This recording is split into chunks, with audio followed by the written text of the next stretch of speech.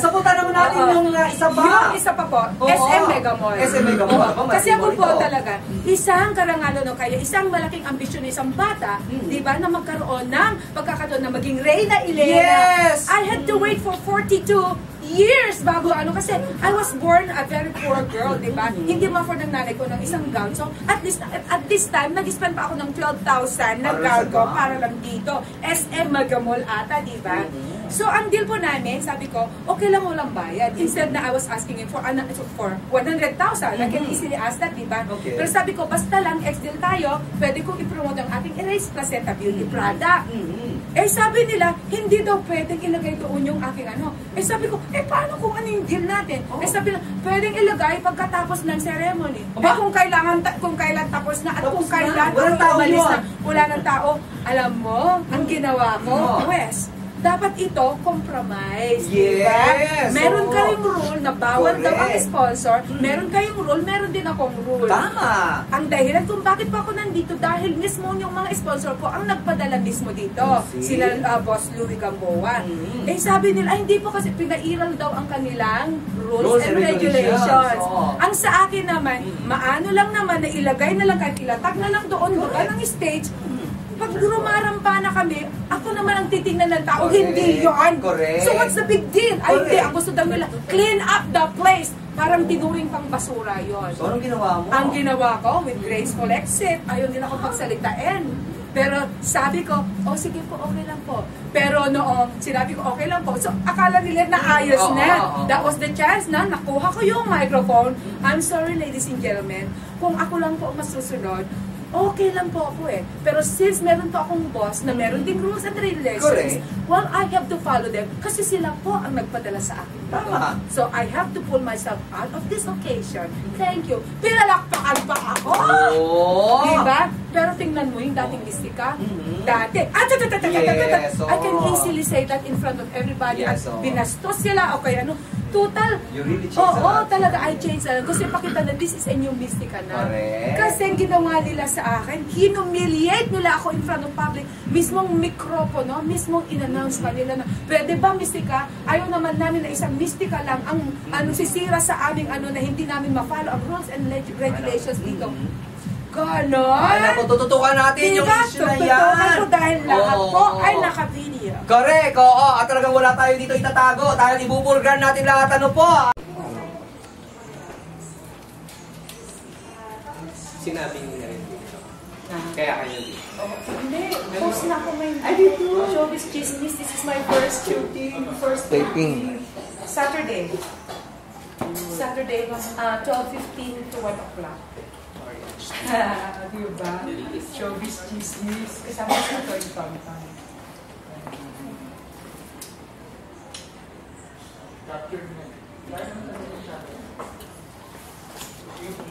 Paano kong narap? Pero nag-lose weight ako ng 10 pounds dahil lang sa sagala na yun.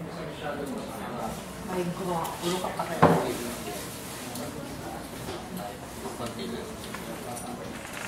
Yeah.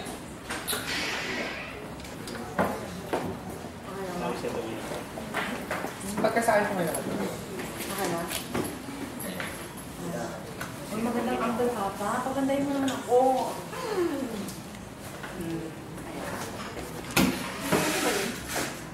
Hindi dito sa pagkagalang side ko.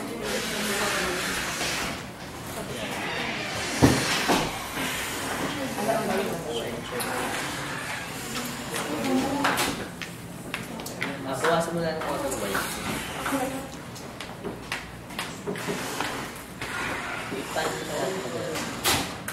Tayo doon.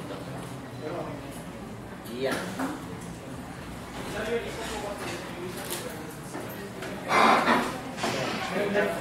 Meron pa po palang bagong... Meron pang isa. Ano itong RH show? Ay, Meron din po akong, ngayon, ako po isang co-host ng isang chismis program called ST, Showbiz Chismis, dito po sa RH TV. Kasama ko si attorney. Dati-dati ang pangalan ni show is Attorney Tonton, pero attorney. And of course, sa pamamagitan po ni Boss Dennis, I'm so happy naman po at akong pinili nila. So I'm here po for shooting day ko kasi excited po ako. So panoorin po nila every 12, puro chismis, 10 issues. So mag-start po ng Saturday, 12:15 hanggang 1 o'clock. Ayun, balitang na po, meron naman po pala another issues po. Isang dream po ng isang bata na katulad ko, magmula nung ako'y maliit pa, na maging Reyna Elena. Pero dahil pang mami ko, hindi niya ma-afford noon ang isang gown. So, ngayon na-afford ko naman, 12,000 yung gown ko. Talaga ako pang gumasto. Sabi ko, pagkakataon ako, at the age of 42, kung kailan pa ako naging lola, saka pa ako nagkaroon ng opportunity. Talagang pinaghandaan ko. I had to lose 10 pounds for 3 days. Kasi gusto ko talaga perfect Reyna Elena. O bongacious talaga, diba? At ang kinuha kong escort ko, mismo yung apo kong 8 years old. Pero ito po, siguro mga signs nung, yung apo ko, while on the way kami, biglang nasira yung kanyang pantalon. Yung crust talagang napunit ng napakalaki. And then pagdating ko po mismo sa entrance ng SM, natakilok po ako nag-Miriam Kiambao. As in bumagsak po. Hindi po bumagsak, pero kamuntik. O, diba? Yung talagang tsyuk, talagang ganon.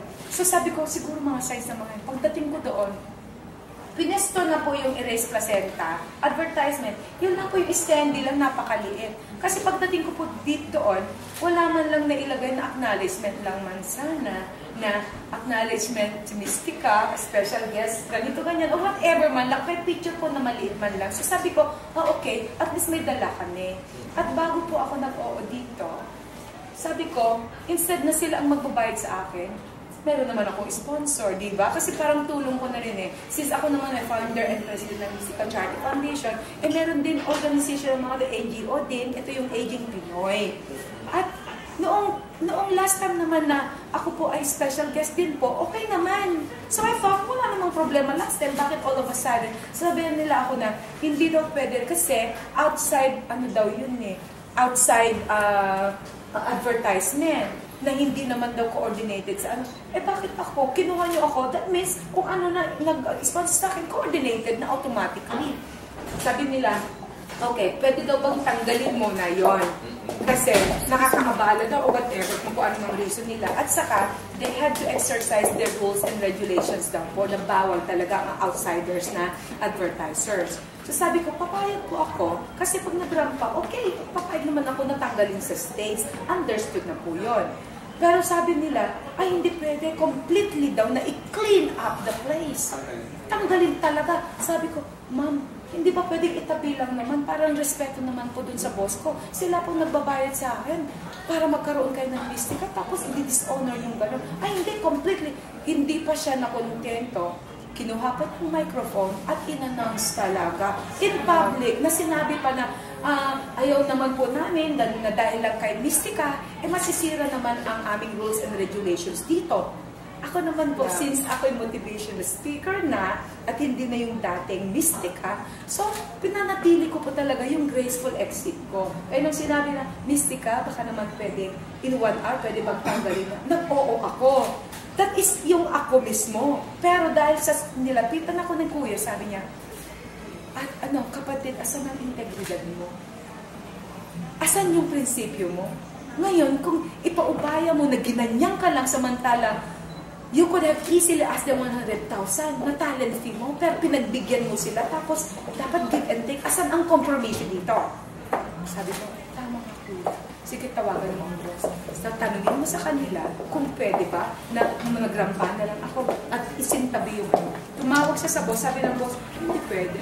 So, I had to go there. Akala nila okay na, di ba? Dahil they were expecting na okay, tumango na ako eh. Pero, I took the chance para kunin yung microphone para sabihin sa kanila na, pero mag-uwak ako kasi hindi ko pumayag ang boss. Ayaw nilang ibigay sa akin yung microphone. Oo, ay naku, nakakaimis ka kasi alam na ng tao, okay na. Pwede ba lumampa ka muna? Kahit isang ikot lang, sabi ko, hindi po. Talagang with matching smile pa ako. Pwede ko ba kunin ko? Ayaw. Pero dahil medyo, of course, kailangan yung prinsipyo ko pa rin. Pero kinuha ko talaga yung might try whether they like it or not. Pero maganda yung graceful exit ko at makikita niyo sa video. Pakita niyo. Pinalakpakan pa ako sa bandang huli. Pati yung babae na napaka-diskumpiyada, pumalakpak kasi hindi ko siya pinahiya. Kundi talagang, it was talagang graceful talaga yung pag-exit ko. O, diba? Pero I could have easily showed them na kung yung pwedeng itrato ang katulad ko. Celebrity ako. Dapat pa nga, pag may celebrity kayo, dapat full attention. Lahat ibibigay nyo, alang-alang sa kanya para lang hey, they should be proud of me. Pero trinato nila akong isang dirt. Trinato nila akong baliwala lang. Ang para sa akin lang naman po, ito lang masasabi ko sa kung sino man po ang mga organizers. Ang organizer po ng Aging Pinoy at saka kung sino po yung in charge doon sa event na po yun. Where is your compromise? Diba? Asan po yung respeto? Asan po yung prinsipyo? Na nakipag-ex-deal po kayo sa akin. Sasabihin nyo, oo, pero yung pala at the end, wala rin pala. Dahil sabihin nila na pagkatapos na ng seremonya. So, nasaan po yung word of honor ninyo? At sino po ito? Motivational speaker? Citizens Clamo's chairman na po ako, tapos media consultant pa. Tapos tratuhin ng ganito. Tapos Mystica Charity Foundation founder president na katulad din ng foundation nila. Kaya nga ako tumutulong at nagbibigay ng serbisyo na for libre. Ang sa akin lang naman po, respeto. At gusto kong malaman po ng lahat ng isang katulad ko, hindi po pwedeng gano'n maging treatment. Kasi it was unfair talaga. So, kailangan malaman po ng publiko. I didn't do this, I didn't come out to give you this para i-malign ang reputation ng SM Mega Mall o kaya reputation ng Aging Pinoy, kundi I just wanted to have some justice here. At paano ito, patas lang dapat.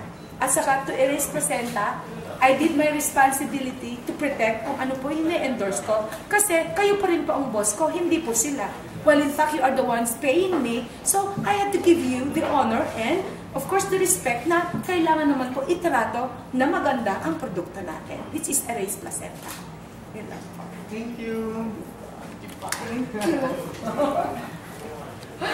Thank you, ha? Oh, sige.